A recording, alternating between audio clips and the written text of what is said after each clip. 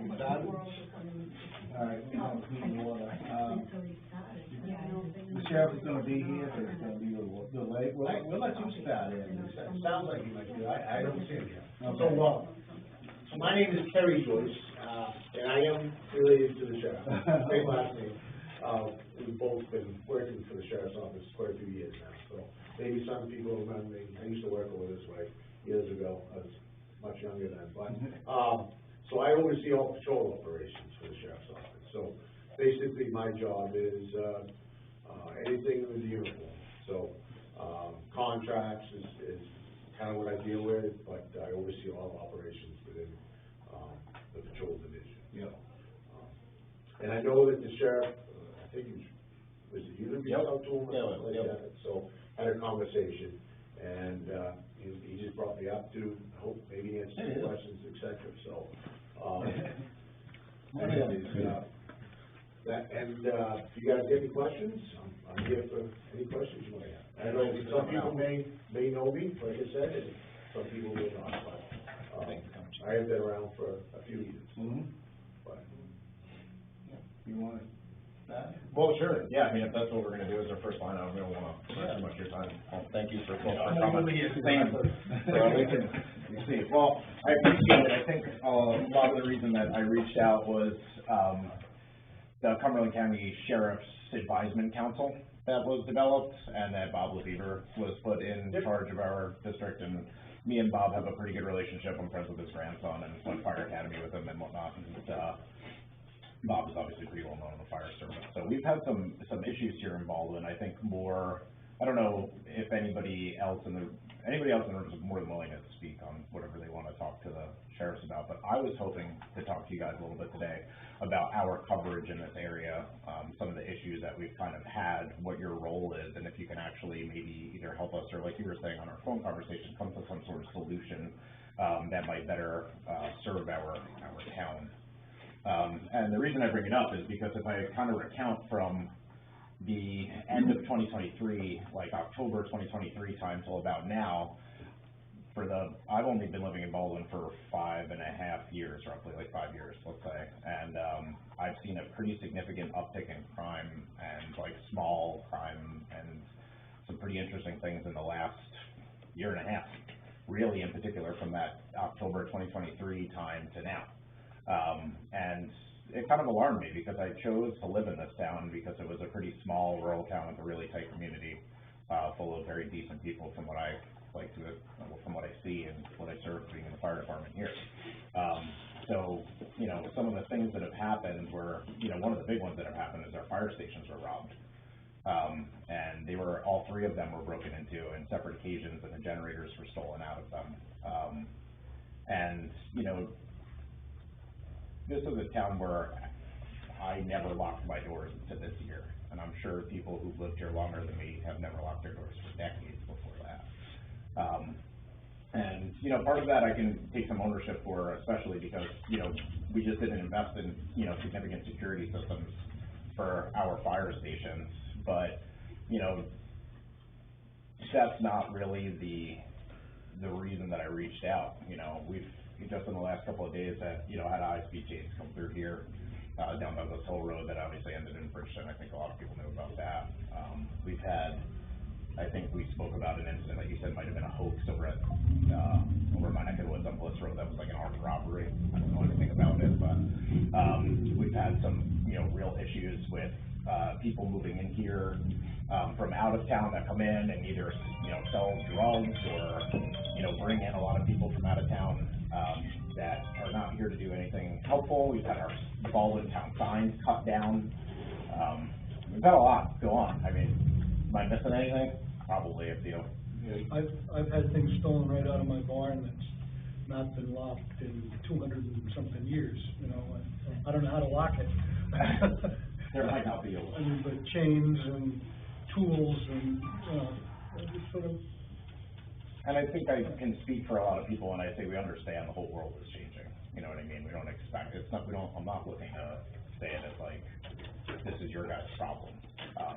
But, you know, being a firefighter, when somebody's house goes on fire, it's my problem. When they're stuck in a car, it's my problem. And I have to inherit their emergency in order to rectify the situation the best that I can, as quick as I can, as safely as I can, right? That's what we do.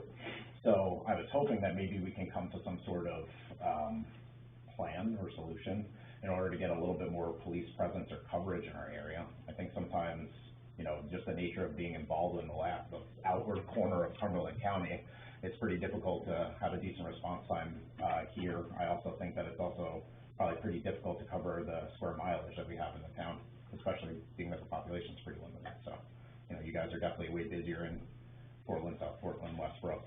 I work in Westbrook also, so I see a lot more of these down there, and they have their own police department. So, just curious what you think about that kind of. Well, things have changed. The coverage hasn't gotten any better. You know, the reality is you're sharing deputies with Raymond, Castro, Naples, some days Harrison, Sebago, and Baldwin. If it's an emergency call, we've got like 7, soon to be 8 deputies down in Standish, so they'll come over and take care of it, but, I mean, people do come through here, patrolling. We pulled the numbers, the captain pulled the numbers. I got kind of a briefing this afternoon on some of the things that have been going on up here. The numbers are consistent with 2022, 2023. It's about 1,100 a year, and we're on track right now, budget. Coming into the half a year, it's about 500 calls. Now that's, you know, building checks, that's crashes, that's stolen signs, stolen whatever. So, I think the increase was like 5 or 6 more last year than it was in 2022. It's pretty parallel to our call. Yeah, so we've had a couple problem areas that we've been putting a lot of resources into, but, you know, it's when we can. One was on Pigeon Brook Road. That seems to have subsided because of some things going on legally. Can't really talk about it too much.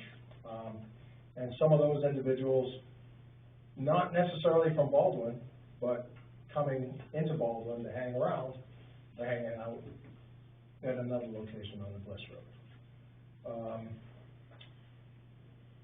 Recently, somebody reached out because there was a hoax called in, legitimate hoax, but it was come in as a, home invasion. Come to find out, somebody in the house thought somebody shouldn't be there, but they were given permission to be there. So, we send a lot of resources up only to find out it's a hoax. Some of those individuals may be people that were hanging out on Pigeon Brook Road, but it's a transient group. So, trying to work on them, trying to work on, you know, we've got a drug agent, trying to work on some things there. It takes time, because we have to operate within facts, circumstances in the Constitution. The fire department, thefts, I mean, when you talk to me about it, one from each station, to me, it seems like an inside job, but I didn't investigate it. The investigator mentioned that sometimes doors are left up so people can go in, sometimes doors are unlocked and stuff, so we're still forced. What's that? These doors were forced. I know 2 of them The were. thing is you did have cameras in there a while back, and then all of a sudden, this happened, and there was no cameras. I mean, what happened to them? Oh, well, I mean, that's pretty easy to explain. Our camera system over at East Baldwin is 17 years old and hasn't functioned since I joined the fire department in 2021. Yes, that's wrong. I know it's functions. I mean, I'm the chief of the department, so I've taken care of it. I can tell you, since Bruce was the chief and I was brought in, it's definitely now functioning. And the camera system over at West Baldwin, actually, the hard drive and the center, like the command center of it, where you can visualize the cameras, everything but the monitor was stolen with the stuff that was inside the building. That was part of the police report that was there as well. So we're trying to, I mean, you know, in some cases, like the road signs, we had a suspect. The suspect apparently didn't have them, so we're kind of tracking that down. So some are open. The fire department one is suspended until we get a suspect, because we don't have any suspects. It's hard to proceed forward with that.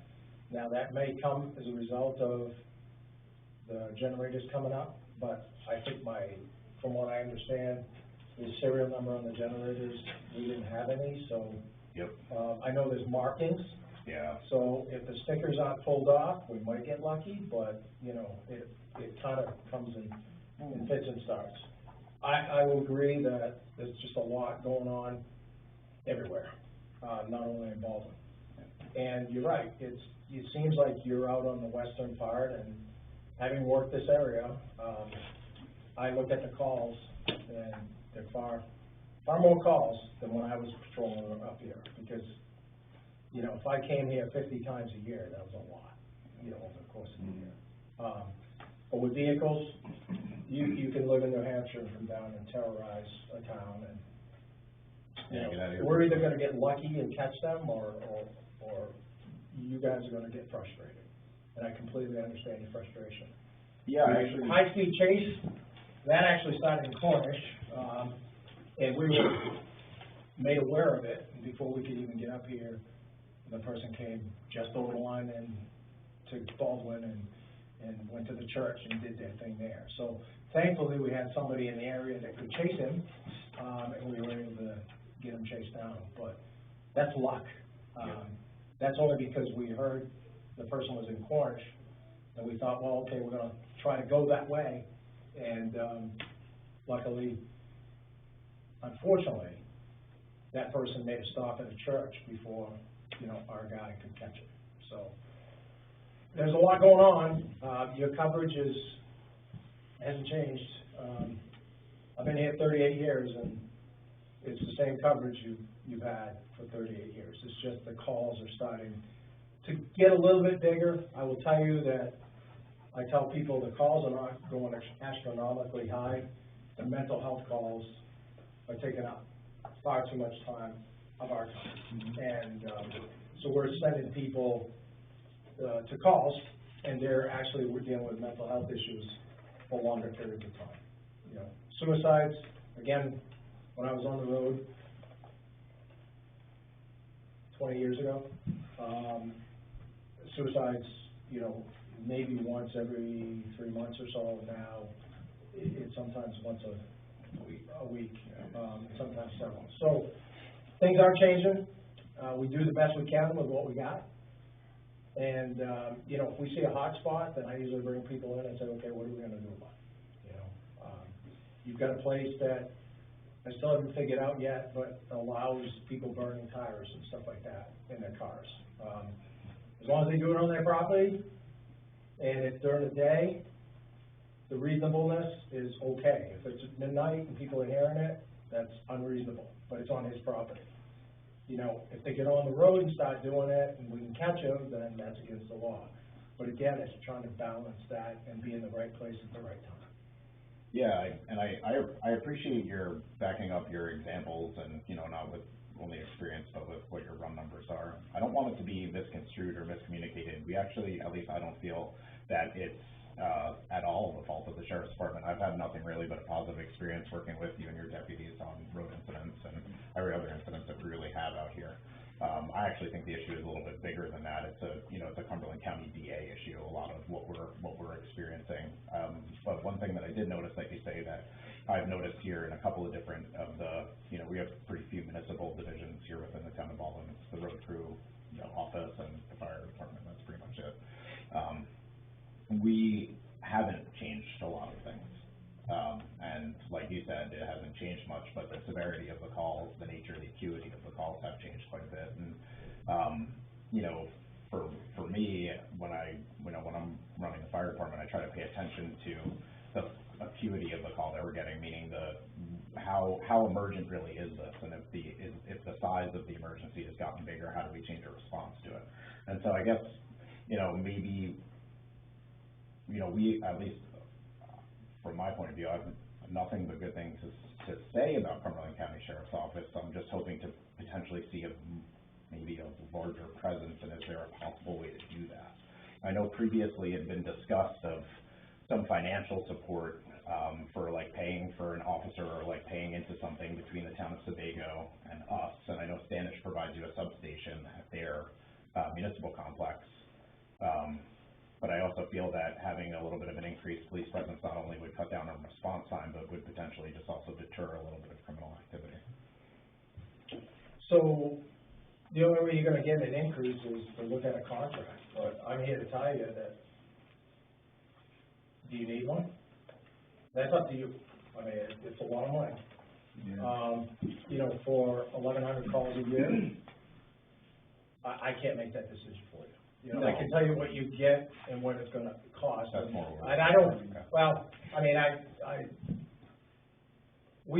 in order to do a contract, we take, what do you want? Like you mentioned, splitting one with Sebago. Mm-hmm. We've dealt with, towns that wanna do this, and it becomes an issue of equal and equity. Everyone pays equal, what do they get? Equity. They want equity. I mean, they want equal, and the only thing we can guarantee is equity. For instance, if you split one deputy, you're gonna get 20 hours in Baldwin, 20 hours in Sebago. Well, what happens if on the, and no matter how it's figured out, unless you do one day in one and one day in the other, you might be able to take care of it, but let's say you use half a day. So the first 5 hours in Sebago, then as they're supposed to be over in Baldwin, 15 minutes before that 5 hours is up, they get fatal accident, and they're tied out for like 2 more hours. Then Baldwin's gonna get shorted, you know, and then we're getting into, okay, I didn't see my deputy, I'm paying equal, but I ain't equal, you know. So I found that to be kind of a detractor. Now, I won't say that it can't work, it's just, it takes patience and understanding. The contract, I mean, you know, what we would do is, we kind of tell you what you need, and then we go to the, commissioners, and then they decide what you'll pay to get that. And I look at contracts as this, right now you get basic cable. You get the Weather Channel, you get all the sporting channels, et cetera. If you want HBO, then you don't lose all the other channels, you just pay and you get HBO, and, you know, Standish has got HBO, Cinemax, and all those other things, right? That would be the only way to increase it right now. Because again, for basic cable, or general revenue as we call it, we're operating on the same numbers that we operated on when I was on the street. It's just every time we add a contract, it knocks out of town. Now, for instance, Standish has 8 people, but the person working this area is also gonna back up the guy in Standish if it's a serious call, you know? The guys working this area, they back up Harrison when they have a contract deputy on if it's a serious call. And then we got this big obstacle called Sebago Lake that you gotta kinda go around. So, right now, I can't guarantee you would see additional people here. What we can do is make a concerted effort to be in the area, but then I gotta tell Raymond the same thing, and Casco and Naples, because they're all having the same issues. So, that's kind of the 411 on really what you get under a general revenue. Now, the other thing is the state police in York County has been kind of, York has a call sharing agreement, and we do 99% of the work in Cumberland County, because they're short on people. Not that we are. But they will take some calls because they're covering like the Cornish and the Limerick area and stuff like that, because it's in this corner. But again, that gives you a little bit of extra coverage that you didn't get probably 5 years ago, 10 years ago. But again, it's not, I can't sit here and tell you it's gonna be overwhelming coverage. Yeah, again, I appreciate the information, you know, that's all I think that this is really for. I think as the town grows and develops, you know, we've been looking into what are the right things to invest in terms of municipal services to better our living situation here in Baldwin. And fire, road crew, town office, and police coverage is all gonna be part of those things. So, you know, I think expensive is for the townspeople to decide, and I think, you know, the appreciation of, I mean, the information that, you know, you have to provide is really for what service we can get. I'm curious, I mean, how expensive actually it would be personally as a townsperson more than I would as a municipal We officer. just quoted, Standish for another deputy. Yeah, Deputy. single deputy? Yeah, Yep. $165,000. Yeah, well, So, But you have to think about this, you gotta buy a cruiser, you gotta equip that person, right, fully equip them. So really, and I'm not saying it's any cheaper, but just to buy a cruiser now, it's costing us, a cruiser and upfit's like $72,000, so it adds up quick. But that cruiser is bought, and then after the next year, you just pay for the person. You know, and insurances and things like that, so, and what we do is we rotate the cruisers out every 4 years, so you're on the hook about every 4 years to get that new cruiser again, and that's the big expense, so. I know he's got a question. So, yeah, so you said $265,000, Yes. that's for a year's worth of, So that would be, the first year, your first year is $265, and then after that, it kind of, bumps down, well, you've already bought the car and a lot of the equipment, so it's about $100,000 just to, you know, about $35,000 and $72,000 for the vehicle and to put the person, so. And that's just for one deputy. That's just one deputy, so 40 hours, yeah. So, So it drops 100,000, basically, what you're saying. But then, year 5, you gotta buy another car, so it goes up again. pardon, you said, so the second year it drops 100,000? or- Yeah, about 100, because you've already bought the car, So and it you drops equip that back. deputy. So it's fully equipped. 265 for the, or, I'm sorry, 165 for the second year for the deputy? Could be, but you gotta remember that, it's a union shop, so they're always negotiating, so, Right, sure. you know, I mean, you know, insurances are going up, wages have to go up, if you don't pay people, they're not gonna do the job, Right. and all those things, so you gotta understand that we're just giving you ballpark figures right now, Yeah. so. Those are helpful though, I appreciate it. so, part of our taxes go to Tacoma County. How much of the taxes that we pay out of our taxes are for your services? Well, everybody's, this is a bone of contention in Portland too, because they say, hey, why are we paying for police services out in the road? You know, I throw back, well, you're using the jail.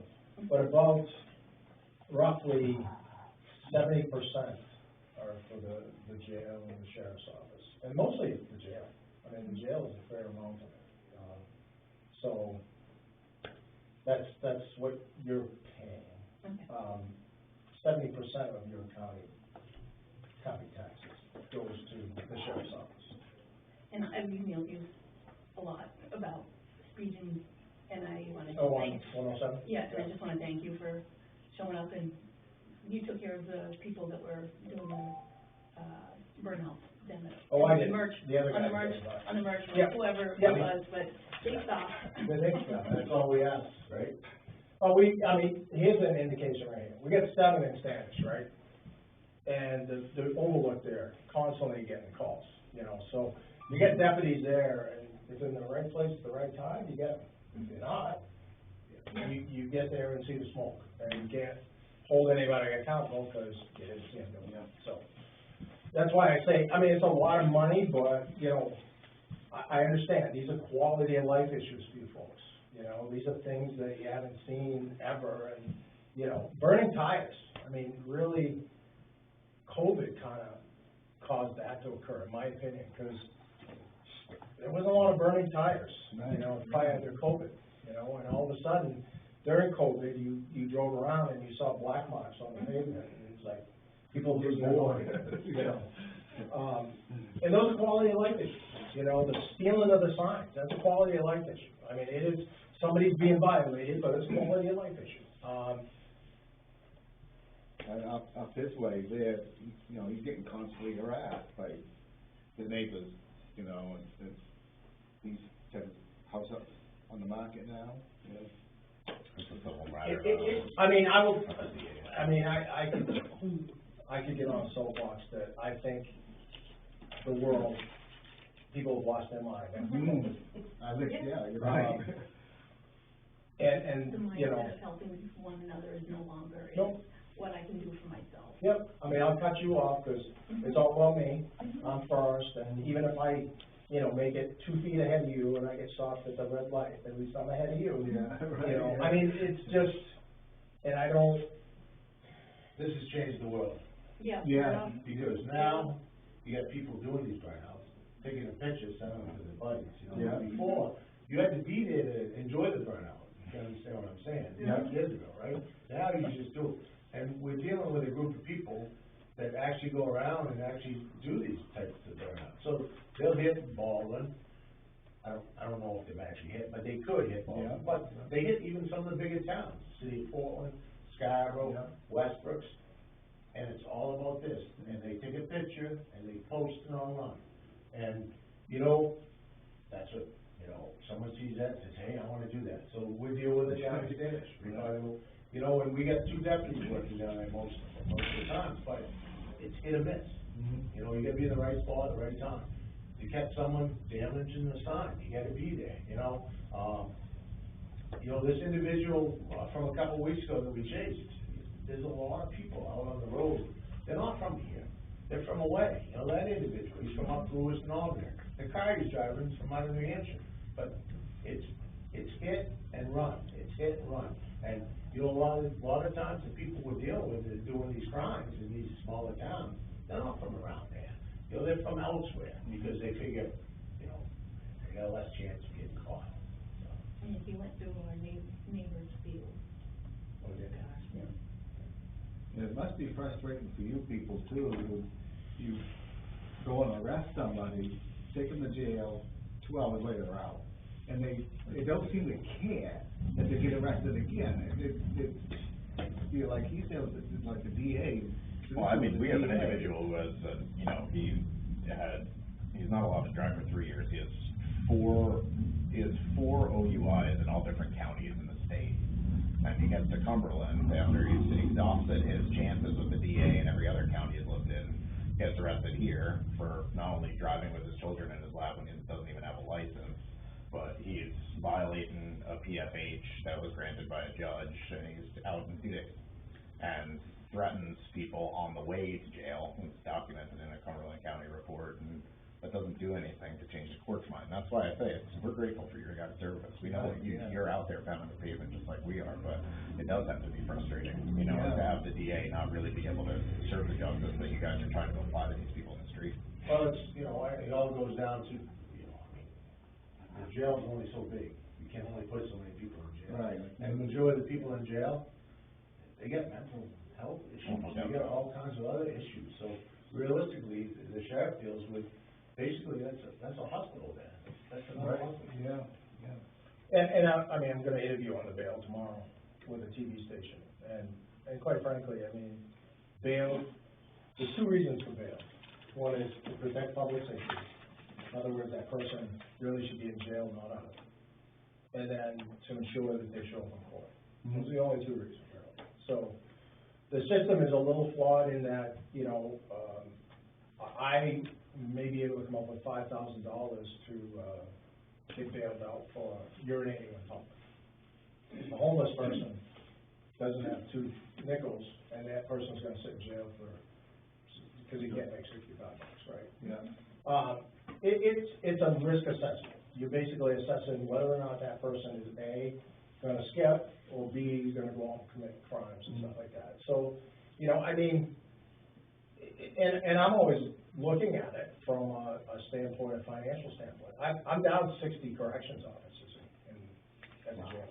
Wow. You know, part of the reasoning too was up until last May, you know, I kind of limited what arrests were brought in.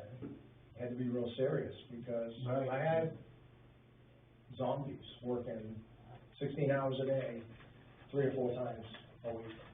You know, we all have long days, but not 3 or 4 times a week, week after week after week. And, you know, I was at a point, and I still am. I mean, I'm marginally better than I was last year. But if I lost 10 people, the arrests still come in, and I got a safety issue for the officers working in there. I've got a morale issue. Right. I've got a, you know, I mean, I'll be frank, I know the captain mentioned you gotta pay people. You know, I'm trying to find out exactly what it is to attract people to corrections. When's the last time you heard somebody say, when I grow up, I want to be a corrections officer? Yeah. I think that you get that with any job now. You are, but you know what? I mean, I wouldn't wanna work in the jail, I mean, No, but the public expects that they're gonna dump people off into jail, and the reality is, like the captain said, even if I were staffed, our maximum capacity is 600. we're nowhere near that, but right now, we're 300, and I would say that's our maximum capacity for the staffing I have. So it's just, there's a lot of things kinda at play. You know, and I'm glad I was invited up, because Yeah, sometimes this is really good for us. not knowing, you know, especially people that are really not in the know, Right. you don't know the dynamics going around. But that's kinda, we will continue to do the best we can, but, you know, and again, I'll take your money, I'm not sure that your issues are worth the $269,000, that's for you folks to decide. Yeah, that's for everybody else. Yeah, that would go to the town vote, and, Yep. So you said earlier, I'm going back to what I think is, you know, and I appreciate, you know, people spin tires, you know, everybody does something to make somebody else mad at some point, but I think our big issue now is drug activity and what comes from that. Mhm. So you mentioned, you do have an agent. Is it a Cumberland County agent, or is the agent specified to certain areas? They work in Cumberland County, Cumberland County. but he's assigned to, our guy is assigned to that unit. So, Okay.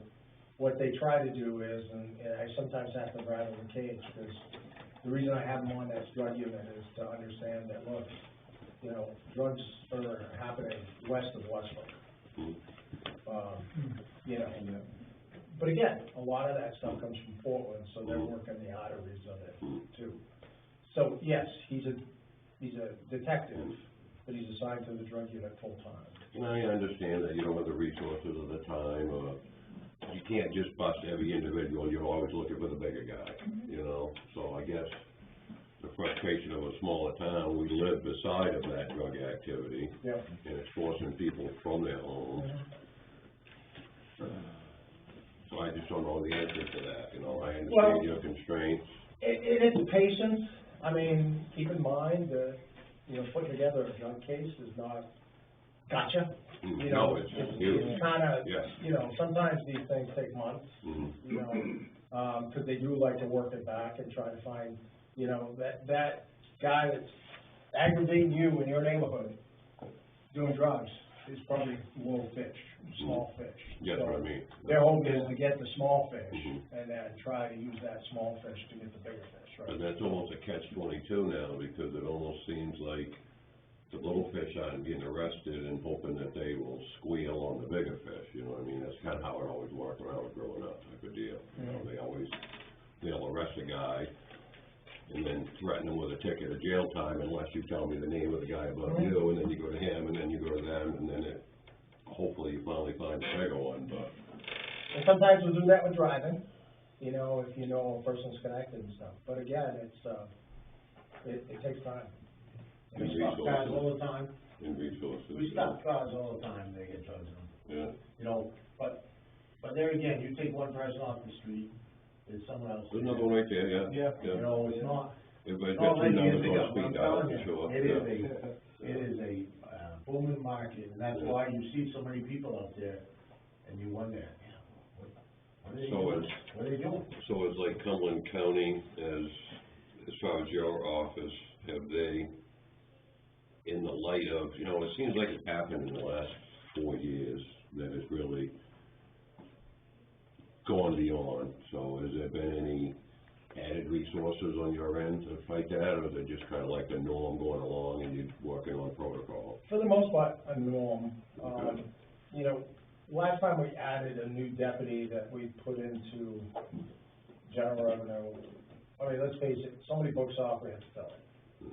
You know, enough people book off and we're ordering people in, so we're trying to build shift relief, but it's been a few years because of just trying to, you know, keep up with everything else we need to stay in business. We've always had one drug detective, been in there for, I think, 15 years. There were a couple of years when we didn't have anyone, and then, you know, so it's been spotty as far as that is concerned. And part of it is because most of the resources come from Portland, PD. So they like to play in their own backyard, but that's why, you know, I've always threatened, I'm gonna pull my guy back, because drugs happen west of Westbrook, you know? And I need some fulfillment too, I'm not shipping them out there just, you know, to say I've got a guy there. And that's not to say that Portland's issues or Westbrook's issues are not that important too, because they're all kind of interrelated if you draw that. You know, it's just, again, it's kind of the Staffing and resources and the support, you know. We, even in patrol right now, we currently have 4 openings. And, you know, we've been down like 11 people at some point in time in the last 5 years. The Floyd incident really had a lot of destruction, not only to the correctional side, but law enforcement. Because some people put in, and then they became a cop, and then they went and they dealt with the protesters in Portland, like we did, and they're like, you know what, you're not paying me enough money to do that. So they left the job. And then you had a lot of senior deputies and officers that said, you know what, this isn't for me, I'm all done, I can retire now. So, you're seeing a lot of that, and when people leave, you need to have people come in, take their spots. And, you know, people are leaving, but there's not enough people to come in and take their spots. Yeah. I mean, what you're saying is true. I'm a 32-year-old guy with a career in a hospital that I've been doing for 10 years. I get paid excellent money. I stepped down from that career to become a fireman, a career fireman in Westbrook because I love it. And because the benefits take care of my family, not because it pays me more. I'm probably almost taking at least a $12 an hour hit to do it. And, you know, to speak to another thing that, you know, is definitely, we see it all across the county, is out of our 5,500 calls a year, 5,000 of them are mental health related EMS calls. You know, I went to 1 fire yesterday, and I went to 4 mental health calls, 2 of which were domestic violence mental health or drug mental health related. They get tied in pretty quickly with each other. And so, you know, Spring Harbor is only so big, Cumberland County Jail is only so big, and their staffing is obviously going to limit what goes into it. So what's the solution? Is resources, right? I mean, I don't really see, you know, I run a business too, and I've ran a few businesses that I felt were pretty successful. I've sold them, and I think the only thing that really does kind of fix that is you have to invest in resources. So sometimes money is really the only thing that fixes the problem, or benefits, which cost money. Whether it be investing in equipment, investing in your people, investing in, you know, how they're taken care of. I'm not saying it has to necessarily come out of your pocket, but the money has to come from somewhere. So, you know, whether we're, you know, working on developing our emergency services here out in Baldwin via our taxpayers in the fire department, or county taxes going into the jail to increase staffing, or, you know, paying a contract to get an extra deputy out here, nothing's going to change unless we do something. So, you know, until we find a solution outside of paying for it, I don't really see what is going to change. It's an interesting thought. One of the things, though, I would, you know, definitely look at, again, is, you know, in regards to your fire stations, is probably look at, the cost of having, video has decreased a lot over the last year. Well, they're all camera now. The technology is, you know, pretty reasonable now, so that's money well spent, I hate to say it, you know? Yep. And granted, you know what, we still might not catch them leaving the place, but if we get something to work with, that's part of the game. Yeah, me and 3 of the officers on Baldwin Fire Department can click our phone and look at our cameras at any moment now. And it costs us maybe, it goes blink, I think they maybe cost us $1,800. And the quality's a lot better. Correct. You can actually identify somebody on the camera now. And the neighborhood stuff, I mean, you know, if you call, we don't know unless you call, so, you know, if we've got priority calls, we'll get there as soon as we can. You know, if they're not busy, then they'll be there sooner. And, but that at least, because I get a pass down at the end of the shift, all 3 shifts. So when I start seeing like problem areas, you know, I call the staff and I go, hey, what are we doing to kind of try to take care of this, you know? Some cases it may be working with code enforcement, you know, to see if we can't jam them legally, we can jam them through an ordinance or something like that. So if it pertains, you know, I think the Pigeon Brook thing for a while there may have been, you know, an issue with code enforcement too, and maybe they can do something that we can't, you know. Because again, we have a standard, people have constitutional rights, so we need to make sure that, you know, we can articulate that before we start. We took care of one problem with the landlord evicting the guy, you know, down here by the, crossing the Worcester stop. Yep. The kid was down there spinning rubber in the road, he videotaped, and after a while, we got on the landlord, and he finally evicted him. Yeah.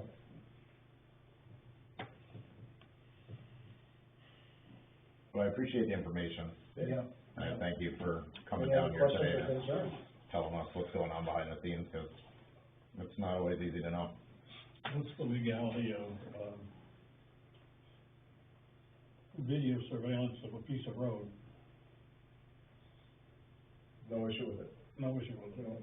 So any evidence that you gather, if you can gather any Yep. of, Yeah, the only thing I would caution you against is, let's say if you put a camera and it kind of goes into your neighbor's yard, that could be problematic, but, you know, sometimes we'll run into that where, you know, somebody feels like they're being harassed because the camera's, you know, picking up everything there. But, you know, ring doorbells of, you know, when we have a crime, we go to the neighbors and say, hey, any chance you have a video camera or something like that, you know? I'll use it for instance, first of the year, there was a chase and a shooting up in Fratford. And, somebody's doorbell actually picked up the car being pursued, then the first cruiser, and then the second one actually getting in a crash, you know? And it kind of paints a story. And it fills in some blanks that we may not be able to fill in, you know? But in some cases, sometimes it's just nothing too. You know?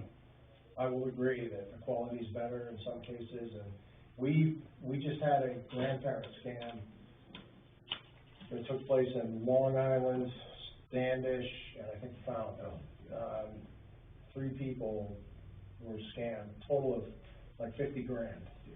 And somebody's camera picked up the suspect. Now, I never would have thought that we'd catch this individual because they had a rental car, Vermont plates, it was a transnational group out of Vermont and, Quebec or maybe Toronto.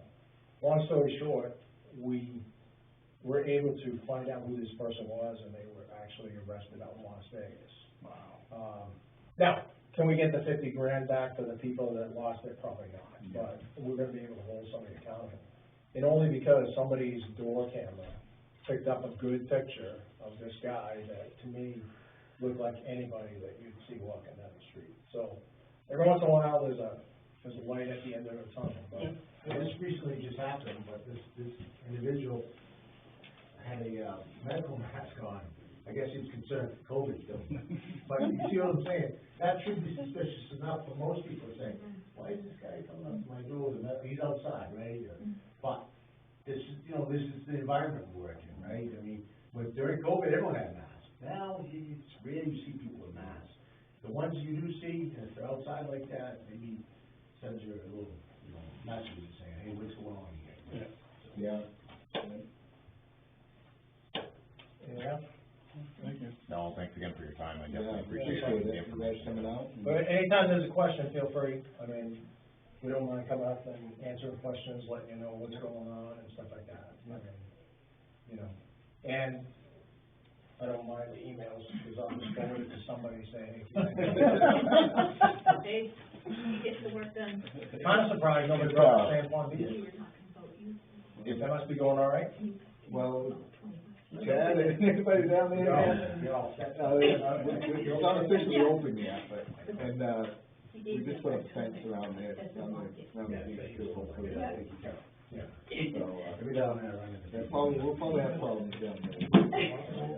Yeah, I mean, The same act as, But we were talking you know, about. well, that's the thing, you know, and, they motivate around. yeah. And sometimes people don't like to play in their own backyard, because they might get recognized and get caught. So, they come over here or somewhere else where nobody knows them, and they can act out. Yeah, yeah. Anyway. If, the towns were interested in doing a contract with some of the information that you provided us today, who would we reach out to? Captain Joyce. Okay, He monitors all of the, contracts. okay, excellent. They're reasonable now. Yeah. That'd be good, yeah. If there's something we can argue, oh, you know, it's always just give out the information and let the people decide. Right, Yeah. Very good. Thank you very much. Thank you. Thanks, Steve. Be safe out there. Sorry I was late, I had to park in Hiram and walk.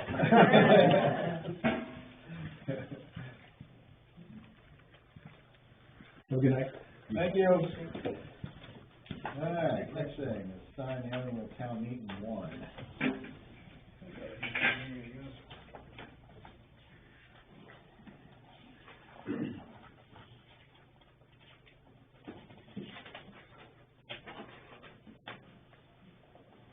So just sign it at the bottom, there's no signature.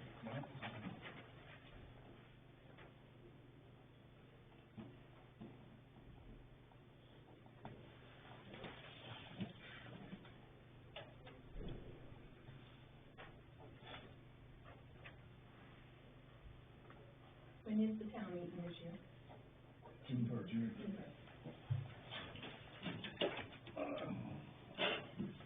And the warrant booklets are in the mail today or tomorrow, so you have to.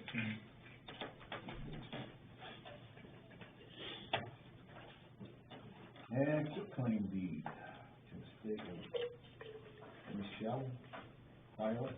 Yep. Quitclaim is actually to the estate of Michelle Violet. Yeah. Michael Violet. Michael, yeah, Michael.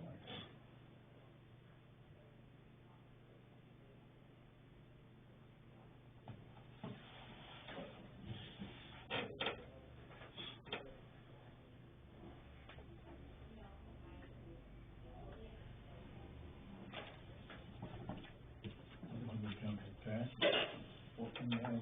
Yeah.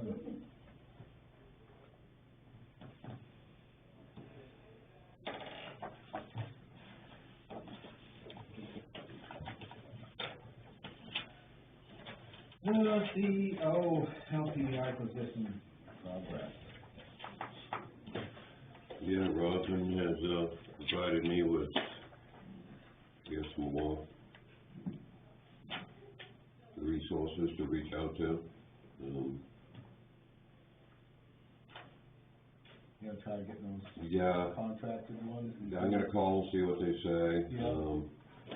I'm actually thinking, I don't know how you guys feel, I know, Mike was a little offish and maybe a little sore that we never got back to him, but at least reach out to him and talk to him to see if, give us a month maybe, give us something. Yeah, we need somebody quick. Plus a couple old resources that people, like a Peter Gordon from Scarborough that actually applied, as Dawn was applying. Yeah. So, reach out and see what happens. I've actually approached people that I thought would be a good, resource for us, but nobody's interested. It's the retirees that, they've done it all their life and, but they just wanna move on in their life, they don't want any more of the bull crap that goes with it, so. In the interim, I feel bad for the ladies at the town office that have to answer impossible questions, but I think it's just a matter of, it's like I was explaining to Robin, even if we did have a permanent CEO and God forbid he had to go to the hospital for 2 weeks, we'd be without a CEO for 2 weeks, right? So it seems like a town, I know a lot of people never understand, but it seems like we have a little leeway in legality issues to get something going if we can. All these other ones I have, like the, website that she gave me, for the contractors, we still need an LPI, which hopefully Guy will still help us a little bit, so. I think we're making a little bit of progress, it may not seem that way, but, just keep reaching out, go and add in. So, there are people who contract for services as building inspectors. Yeah. So independent contractors who can come in and do it. Yeah. And then, that might get us through until we find somebody to be more prominent. Right. Yeah. I feel too that we should go and add in for Shopper's guy for, just to reach back out, just to, cause you never know, you know? Yeah. Somebody that may not have saw it last time, Yeah, you don't know. yeah.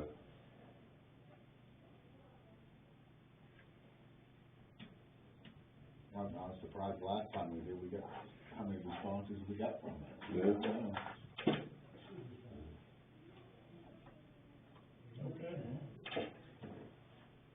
Advertise again, and I'll make these calls, and, but obviously something we put in wouldn't go until next week anyways, right? Right, But at least it's on our radar to yeah, get it going, so, give Mike a call anyway, yeah, you got his phone number, yeah, yeah. yeah. And maybe check some of the other folks there that are on the Yeah. contractor list. Yeah, I called, and maybe certainly Robert from up on, Saddleback, and he's still interested, but bad timing, because he's going for surgery in 2 weeks. So, you don't wanna commit till, To get that over. obviously, Right. I didn't ask him his problem, it's none of my business, but, he couldn't, but he's still, you know, he said if we get to that point, then he would be interested in interviewing. Yeah. That still leaves us with an LPI, but, you know, if you're willing to get that certification, I don't know how quick it would actually take you to get it, it doesn't seem like that long, I mean, the water runs downhill, you know, as long as your pipes, you know, there's technical aspects to it, but, Well, I can tell you how it worked in the past, where we appoint the person, and then they go to the training, and in the interim, they do the job. Right. And there's a grace period for them to get their certification. you know, get up to a year, but Yeah. usually it wouldn't take that long. Right, yeah, shouldn't. So, Hey, I'll do what I can this week with these guys and keep you updated as close. Excuse me, Dale. Sure. Working on the building code, I don't know, in the meantime, is that something that we could start on? Yeah, cause we briefed on it earlier before the meeting, just, what books should we adopt? Without reading all of them in their entirety and making sure it aligns with state standards, I mean, what you sent from what they do in Hiram seemed pretty casual and okay, and still covered all our bases. I think we need to go into the ordinance and get voted on, Mhm. so, That seems Would to that be the- require, yep, for sure. it would? Yeah. It's not really an ordinance, so it's just it's not really an ordinance, so it's just a building code that I don't know the legality of, but, It's an ordinance, if it's a building code and has the force of law, it's gotta be an it would ordinance. go through their process, okay, yeah, That was the collective feedback that we got from okay. applicants and Don himself, that building code would be helpful. So, would that would that go to you? Yeah, thank you. So, maybe I could suggest, like, what books to adopt, and then you look into them, I'm not, You really I expect don't- me to read the building code? well, no, but as far as, just the legality of getting them passed into, Yeah. Yeah, that would be, yeah. it should be We're pretty already good, not right? doing all the other stuff we should be doing. Right, Because we just, can move so fast, and we've trained ourselves to only meet for 2 hours per meeting, and we're now meeting every Thursday, which people are not happy with. mm, They didn't sign on for that. I mean, we'll do what we can. mm. We'll do what So we can. just a print, present it to you, and then we just vote on the agenda whenever you can, and Yeah, go through, okay? yeah, exactly. So, yeah, maybe, I'll see if I can do some research to summarize what the three codes would mean Yeah. to town of Albany. See, the thing with building codes, they're pretty standard, you know, everybody gets like different interpretations, this, that, and the other thing, but what you really run into is more like, when it comes to building, is the zoning issues. It's the land use, it's the high water mark on the river, it's things like that, but other than that, you know, without all the convoluted things that the state keeps sending us, like, you know, obviously, we don't need sprinklers in our house, and new construction involved in it, I don't think. I know from this letter from Paul that he would, yeah, you probably think they need sprinklers. No, I do not. Um, Gotta calculate my road. there's more things gonna be thrown at us as far as, It may or may not, but that's what I Yeah. say, is if you can Yeah. summarize what it does cover and what it doesn't cover. yeah, We don't have a builder on the planning board right now. And I'd be looking to you, Dale, for advice. yeah, I think, you know, between, like you said, he's willing to research any kind of discrepancies between the, I think we're talking about the same three books that Lara worked off of.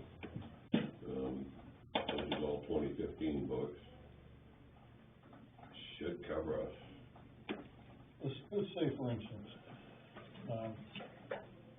I think the codes would tell you how high off the ground, you know, between a porch and the ground, you need to have a railing. No, of course, yeah, Okay. But we don't have a code. no, So, but, when the code enforcement officer goes out and says, you need a railing, he says, no, I don't. You know, he's got nothing to, yeah, yeah, right? yeah, I mean, like, Yeah. talking to Don, that happens, you know? Mhm. And do you need a truss design, or do you need a certified truss on your house?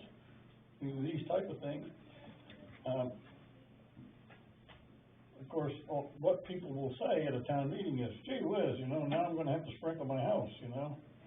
You have to be able to answer that question, whether this code that you want them requires it or not. mm, What does it really require, you know? And I guess it would take some research, but I'll do it. The good time to do it was when we do the LD 2003 update. Throw it in there and do it all at once, but I don't know if we'll be prepared. But it is something we've heard over and over again from people interviewing, which is, what am I supposed to inspect to? You're trying to hire me as a building inspector, but you don't have any codes. What am I gonna do? One of the things that enforces more than anything is the insurance. I mean, insurance is gonna tell us when we need to sprinkler all new buildings. Right. You know, it's just all of a sudden, nobody's gonna insure you unless, Yes, you have it, yeah. Sure, but I mean, you know, the more practical things of day to day is when you go out to inspect the building and you get into an argument with the guy building the house, you know, like, what's right, what's not right. And there are certain things that are considered required nowadays, you know, as to where you put the rafter hangers on, and, you know, how many nails go into them, and, yeah, everything's particularly laid out sometimes. yeah. But, you know, those are not things that are necessarily gonna add to the cost of a house, but people are afraid that, you know, these are the things that will. Yeah, like I said, the building code itself really isn't that complicated. You know, I say I've been doing it forever, but, and even when you get into that, it's like anything you deal with, you read that paragraph, I read it, I might come up with something a little different, you know? Like I look at egress window different than other people look at it, the way that it's worded. Some people tell you a certain side won't, but if you read them two sentences, you can interpret it as, I can use this window. And, you know, so it's things like that, but most of it's pretty cut and dry. As long as we can escape the things that would go in the 2021 book, I'm assuming, because every time they add a book, it's just more stuff that, you know, either not cost feasible or impractical for a small town. Insulation values are another issue. Insulation value, yeah, that's huge. And it's actually, you know, that's another thing, it adds to people's problems, because now they got a house that just sweats because it's too airtight. Can't read. So, you know, there's things to be said about progress, whether we're really progressing or we're coming back, so. Yeah, we do definitely have to adopt something now, to just at least staying with a minimum 2015 books,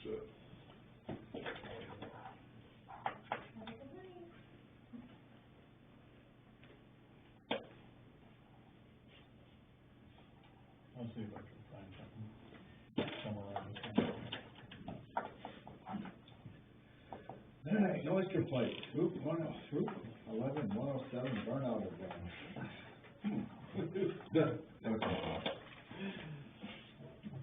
Yeah, we got that email, obviously recently, and it's just an ongoing. So, you know, obviously the town looks for us to do things. Would it be like a citizen initiative to force us to write the ordinance, or do we take it upon ourselves to be the hard ass in the situation? It happened either way. I gave, Michaela all that stuff, I think you sent. So it's on our list, okay? And we're doing it as fast as we can, but I covered that already. Yeah. Okay. We're gonna help you out with the public question comment, so. Yeah. Maybe not this year. But there are towns out there that have ordinances that. Yeah. Noise and mass gatherings is all you can really do to them, and, Well, restrictions on them. yeah. I would say pollution too, I think DEP could. Air quality. Yeah, cool. I would say we should have something by the end of the summer. We just got so much we're doing. Yeah. Yeah. You know, it doesn't come easily. Right. While we're on the topic of, ordinances, Joe, we had that question from Michaela about funding. Yes. So I went over the funding with her, and the bills that we have received are behind by about a month, so she is about out the money. I need to contact her, but there's certainly enough money left over in the planning board's budget to get you through June 30th, because you only spent a couple $100 out of the 2,000 you only have, so I think we could carry her through with that. And then, for the last year, we added $5,000 to the, let's see what the wording was. The comprehensive plan update reserve account. But the way I worded it was, that it was, for 15,000 last year, it was to update the comprehensive plan and related ordinances. And so all these things that fold in, that's how we got started on the comprehensive plan, was because we had all these ordinances that needed to be updated because of new laws, so we're trying to, and we put similar wording in for next year. So I think there's gonna be enough money. I'll just coordinate with Michaela to make sure she's got enough to carry her through till, Great. the end of fiscal year. Great.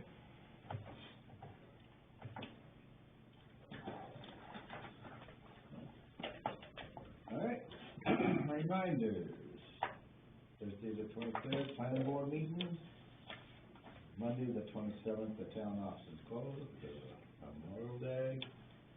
The 29th, the office will be closed at 1 o'clock.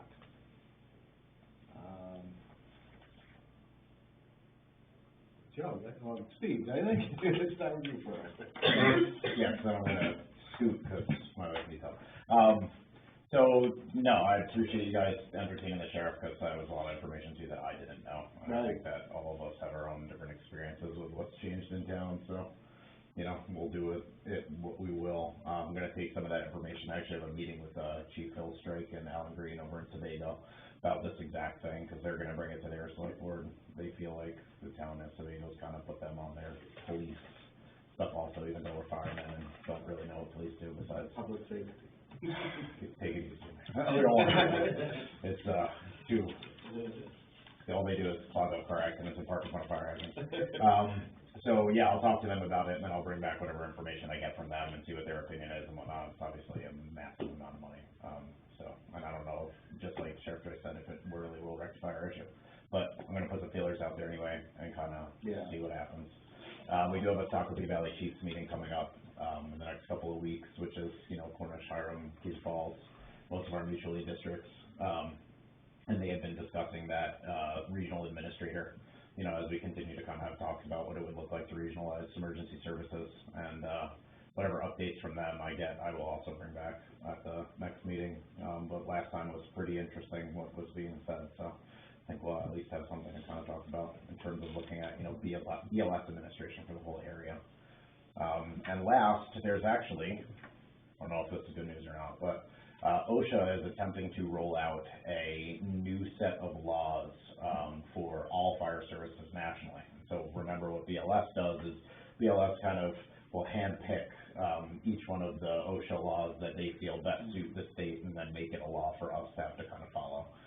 Obviously, these laws are really not going to do anything but hurt small fire departments, and it's not just going to be Baldwin or Cornish or Cedar Falls, but it's going to go all the way out to, every small department in the whole state of Maine. So there's a big push to get, from even big departments like Westbrook and Portland, South Portland, and Gorham too, it's had a lot of meetings. There's a big training coming up called the Kuzma Days, where basically they're doing, it's essentially a petition signing. They're trying to remove the idea of what we use in the fire department as like 2 in, 2 out, meaning 2 firefighters can only go into a building within voice contact distance of 2 firefighters outside of a building. And let's be honest, if we pull up to a fire at somebody's house here in Baldwin and there's somebody hanging out the window, it's most likely going to be just 2 of us, and sometimes it's just 1 of us, and we're supposed to sit there and wait for 4 to show up and have to only be within voice contact. That's against everything we stand for. So, there's a big push to kind of get rid of it. So, we're either going to see a change in BLS getting more strict on fire departments, or hopefully some of the resistance that's building up in the fire departments across the nation kind of push back against it. So, just a little bit of an update about what's going on in the fire service. And, other than that, that's really it. Thank you for the contract. I'll also send that over. That will go to Melinda Dyer tomorrow morning, so I'm going to just scan it in tonight, get it over there. Question, so this regional, effort that's being discussed, can you get a little more detail about that? What's involved? Yeah, so really, it's not even a regionalization of the departments. The chief of Cornish, Chris Callahan, kind of brought up at our last chiefs meeting, having just the idea of a regional administrator, meaning we have, 5 towns that are covered 5 days in a week, and each town gets a day of the week for that administrator to handle, state paperwork and kind of manage a lot of the administrative purposes that are going on inside the fire department, right? Because what we're asking any fire chief in any of these towns to do, including Baldwin, including Sebago, is not only show up to calls and be in command of that call, but also to be an administrator and handle all the BLS paperwork, all of the monthly and annual requirements, organize all of the,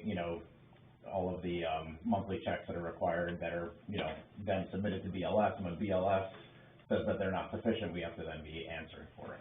So, I thought it was an interesting idea, because, especially when you get out to departments, I don't have a problem sitting in the office, but you get out to a department like Cornish or Cedar Falls, those guys don't sit in the office at all. They don't do, and they're not on, they're not of the pre-millennial generation where they'll get on Google Docs and have it shared to everybody, so it's easy to just pull up and Stevie can log in and Chris can log in and pull whatever paperwork I, took care of. It's a little bit more difficult for them, and so I think what that does is it kind of rectifies the issue, but it also shares the burden between the departments that are the most similar. There's a lot of challenges with this also, though.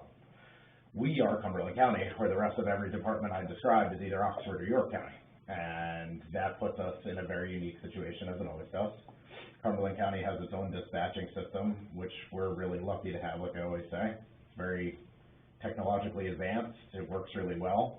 And when you go out to Oxford County, they're still using Excel spreadsheets to dispatch through Oxford Regional Dispatch. It goes up to Vista, back, and then over to us. It's pretty archaic, and it takes a long time So for- it's I guess, it's an administrator function then. That's what was discussed, yeah, and I think every department kind of expressed interest in it. You know, I got Stevie and Chris and Howard, and mostly Stevie and Howard even, you know, he works in town and Howard's around a lot, so you're gonna get them on the majority of the emergency responses to emergency calls we get in town. Whereas, you know, out in Keys Falls, they have, you know, Ricky Ebo might be in town working Standish and can't go to Keys Falls call because he's on duty, he can't leave. And Jeff Dutel, who's now the chief over there, works in Westbrook with me. And so he's in Westbrook and he's on duty and he can't leave, and then they have no chief. So it's kind of like another person to see if they can kind of fill the place, especially more from the administrative role than the on-emergency scene command role. So we're trying to hire some expertise that we don't currently have. Correct. Essentially, yeah. And share with the other towns. Okay. Yeah, well, they are, and we would be one of the towns that they want to share with. Yep. It's kind of the perspective, yeah. Okay. So it sounds nice, I just don't know if it's really gonna suit us. Well, Yeah. We'll continue to talk, yeah. keep talking. Yeah. Yeah, that's it. Appreciate it. Yeah, Bob, you had a number once about, that would tell us how much $270,000 in expense would raise the taxes. That's a great question. I mean, just, I don't, saying I haven't run it 270,000. lately, but it used to be, $10,000 increase in, this is old now. So $10,000 increase in taxes for our budget would be 6 cents on the mill rate.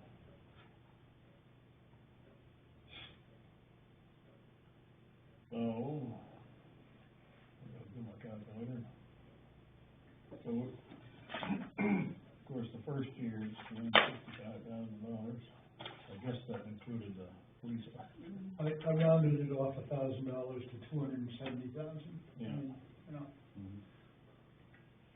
Give or take. yeah, give or take, yeah. About 62. So if our mill rate is 14, it would make it 15, 16. So, Might be cheaper than being robbed again. yeah, Might have insurance. Right. The question is, will it have an impact? I don't know. I just looked it up here. So this is old too. This is the 2021 annual report. I think county taxes are now up in the neighborhood of 150, 160,000 a year. But the part of that is that the county went to the fiscal year as well, and so they did a 6-month partial that they're charging us over a period of 4 or 5 years. So, I think our county tax is about 150,000 a year. It's interesting, it's a good question. Huh? It's a good question, and see what it would look like financially, Yeah. you know. So I can tell you, my mortgage payment changed this year. Yeah, yeah. Okay. So, and the second thing, we're gonna be talking in 2 weeks. This week the planning board is going to be dealing with, Fine Squirrel LLC, the disc golf. And, we're gonna be dealing with their CUP. And then the next week, we will be dealing with the marijuana ordinance. Again, this is iteration number 4, maybe, which was needed. It was needed to go through all of this. This last meeting, we had people calling each other names. It was, It was a hell of a meeting. It was tough, yeah, I had a hard time sitting through it, 'cause it's like, you know, people don't have a sense of public forum, you know? No respect. how many days have you lived involved with, Yeah. you know, I've lived involved with more than you, I don't know. Yeah, it didn't need to get to that point. No, and I sort of don't know what to do when you've got people who are, you know, yeah, passing the joint, yeah. I don't know, you know, You count people there? but, you know, They were, so. things were pretty hot. So we're going to be putting forth, we're going to introduce the idea of an ordinance that is as strict as the law, the state law will allow. And it took us, we could talk in vague terms about these things, and this will be the same thing when it comes to a noise ordinance. Mhm. You can talk and, oh, we don't want more people, or we want, you know, whatever, but when you say 450 people, then people say, no, it should be 460, or it should be 325. You know, when you get down to the nitty-gritty, people get upset, and it takes time, because everybody's gotta have their say. Yeah. And people are wound, and it doesn't matter what the subject is. Right now, people are wound.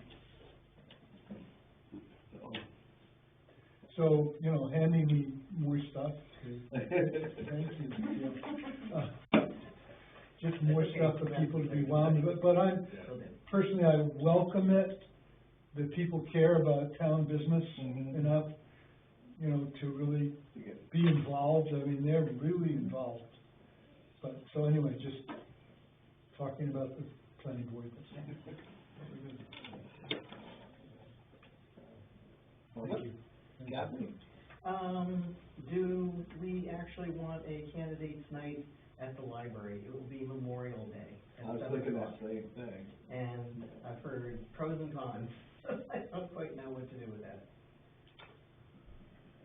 It's always been something that the library has sponsored. Yep. And so I guess we'll leave it up to you. Okay, well, I didn't get the answer. Well played. Okay, see you Monday at 7. If not before, if you come to the music and speeches and so forth, I'll see you then too. So we'll do it for 7 o'clock on Monday.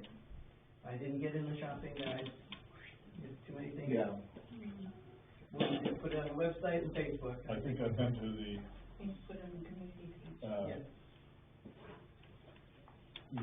the candidates night with the least attendance. Right. There was Norm Blake, Yep, myself, and Jim, Libby, who Yep. came, and we had a little discussion. yep. You didn't have any fun, it wasn't me. Last year? Was it last year? No. Did you say 7? 7, yes.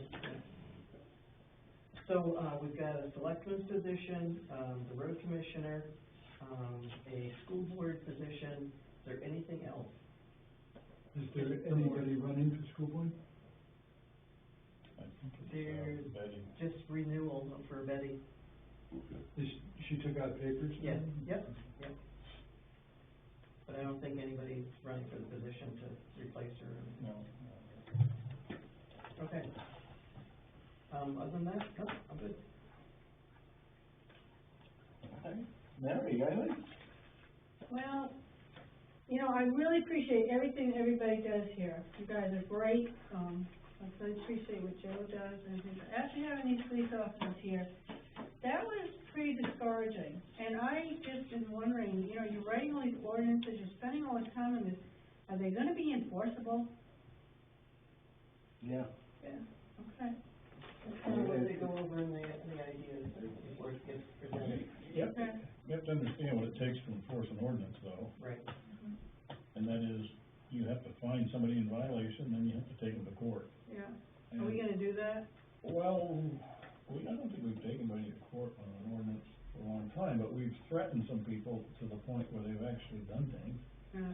You didn't talk about it, but the people that were over at Dearborn Road, moved out, at least a half of them moved out of there, because of, Don Kent and myself harassing Yeah, I them remember. with a violation of Yeah. of an ordinance. And,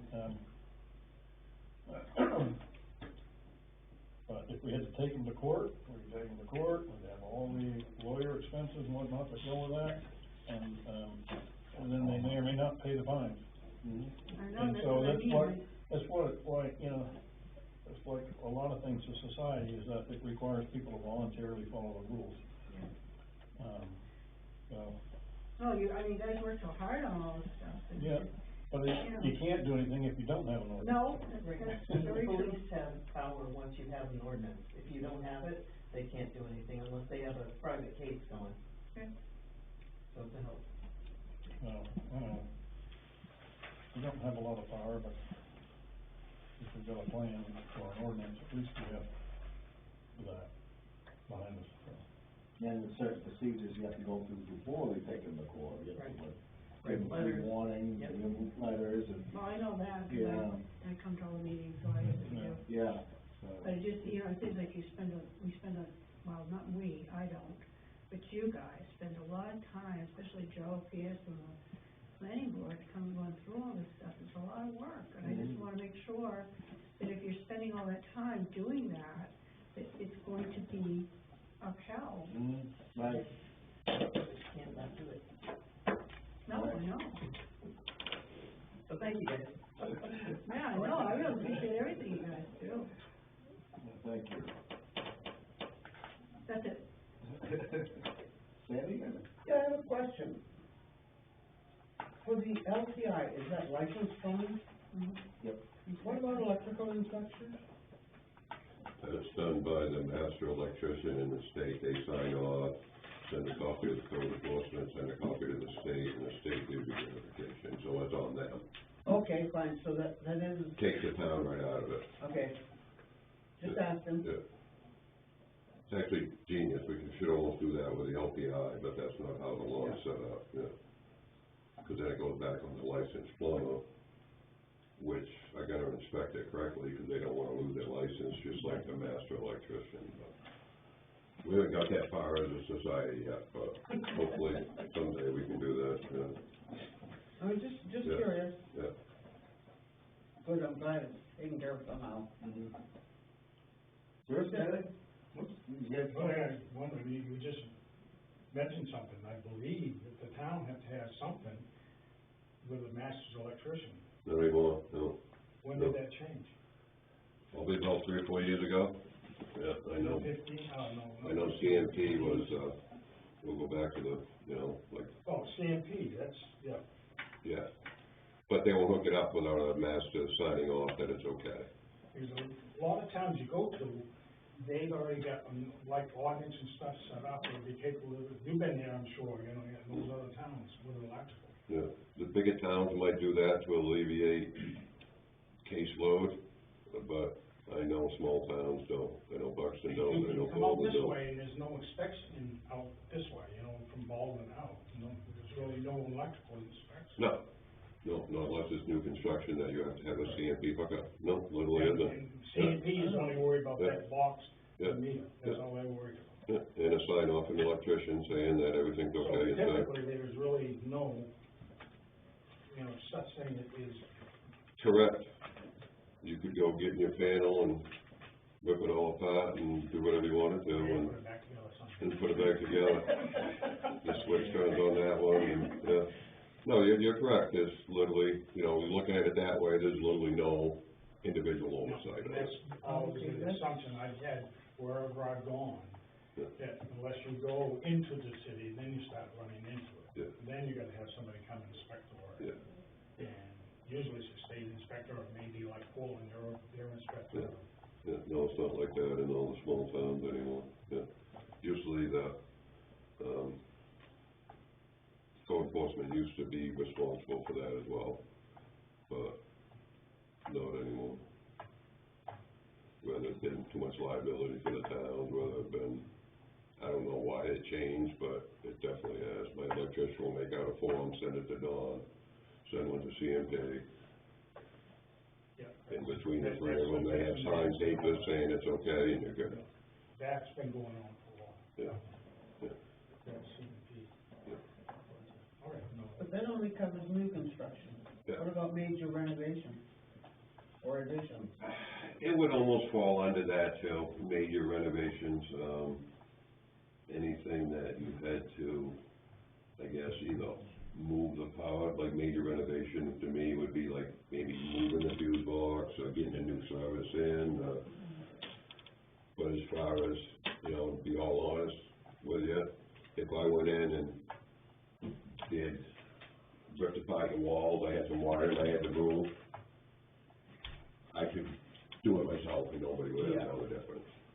Yeah, but if you were adding new service, Then they have CMP, anything CMP has to be involved with, okay, you're gonna need the electrician to sign off, say everything's okay before they'll come do anything. okay. Interesting.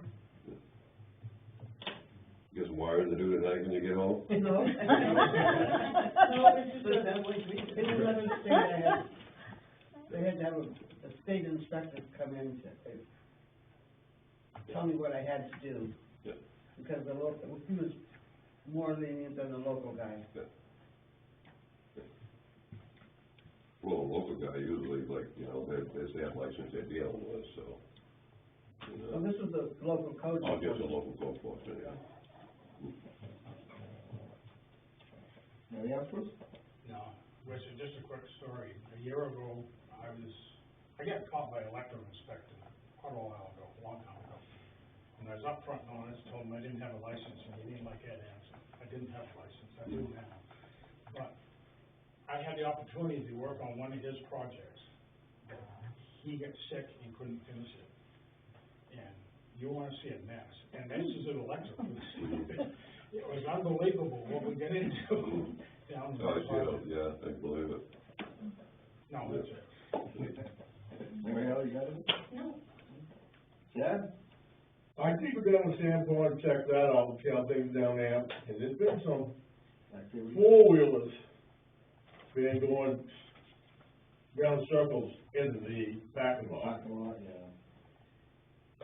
Yeah, it's something, it's like Sheriff was saying, you gotta catch them at it. From my experience, even when you do get it on video, they don't, Yeah, you told me about that. Oh, there's nothing we can do. Wow, this kid down here across the whistle stop, they had him on video, burning out in the street there. Yep. And all he had to say is, that wasn't me, it's my car, but it wasn't me. I was Yep. driving. I couldn't see him, right? Right, couldn't see him. Yeah. so, you gotta have very, very, very, very, very rock solid evidence, and even when you have that, you have to have a motivated officer. Yeah. That's part of it too, it really depends on who takes it, and fortunately, most of them are good. Yeah. But just like anything else, so is that one or two who can't wait to get their pension, or trying to make it as easy as they can until, Well, a number of years ago, maybe 3 years ago, I had somebody run into my garage. They came off the hill and never stopped and hit the corner of my garage. He came and he said, geez, we're never gonna catch this guy, because the guy took off. I found parts of the car, found out what kind of car it was by the part numbers, and then I went on Facebook and I posted a picture of my garage and said, hey, if anybody knows who ran into my garage, I'd appreciate it. 2 hours later, the guy come back. So, and the sheriff come back and. Like Facebook was a deterrent. all down those. One case, Facebook actually helped. Well, I had another one where one of my clients that I mowed their lawns for, they had, somebody sold, a soccer net out of the thing.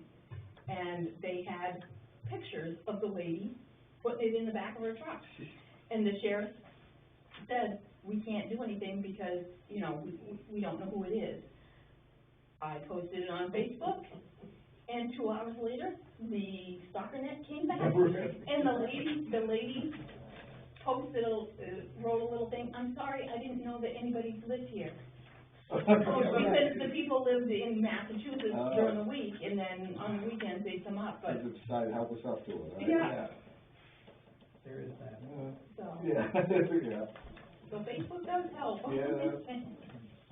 You know, Robin, Mary? What's that? Pretty good for being an old skunk, huh? if you have problems on Sand Pond, it's illegal for people to be riding their four-wheelers on Sand Pond Road. Yes. And I have done it before, but it is a daily chore to stop people from riding four-wheelers across my land down there. And I'm only successful after a month or two of putting up tape across roads every day, because every day they take it down. And after a while, the message gets through that they're doing something they shouldn't be doing. Yeah. But, if you want to, those are ways to straighten out that situation. Yeah, yeah. Maybe barbed wire instead of tape. Sanders will be there every day. With the nails and boards with the nails up. I was gonna say spike strip. Bobby, I think? Yeah? Just something quick, a couple things I'll say for a future meeting, but, since I've been on here, I see the caseload that the, planning board has. And I feel that it's our time in Baldwin history to actually compensate them with a stipend, I agree. you know, what that might be. Joe's always said no. Yeah, well, I'm sure the other people would appreciate it. Probably, yeah. I mean, that Like Joe, no, and everybody else, yeah. I don't think that would, do you think that would encourage people to get on that were less than scrupulous, I guess, or would that? Possibly. Or they just came when you said no? I spend more time with that kind of stuff now, I got paid when I was on school board. you know? I got $10 a meeting. Yeah, no, that hasn't gone up any either, has it? No, I don't think so. Ooh. I think I got double as chair or something like that. Can't even cover the gas to get to the meeting anymore. Yeah. Right. No. No, I agree with you. Yeah, Yeah. you don't know it's too early to get it on this town meeting, but, Something to think about next yeah, time. you know, with ever changing, it's not gonna get any less, it's always gonna be more, Yeah. so. I hate to see people do all kinds of work for nothing, Right, you right. know? Well, if you think it would help you when you have to recruit, I think that's more what, I'm not worried about the people we have on the planning board right now, but it's in the future when you have to recruit new members. Yeah.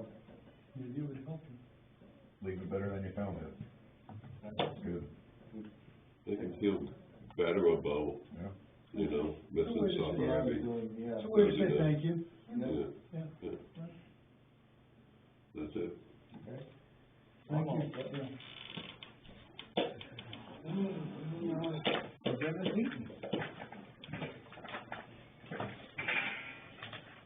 Yeah, good to see everybody.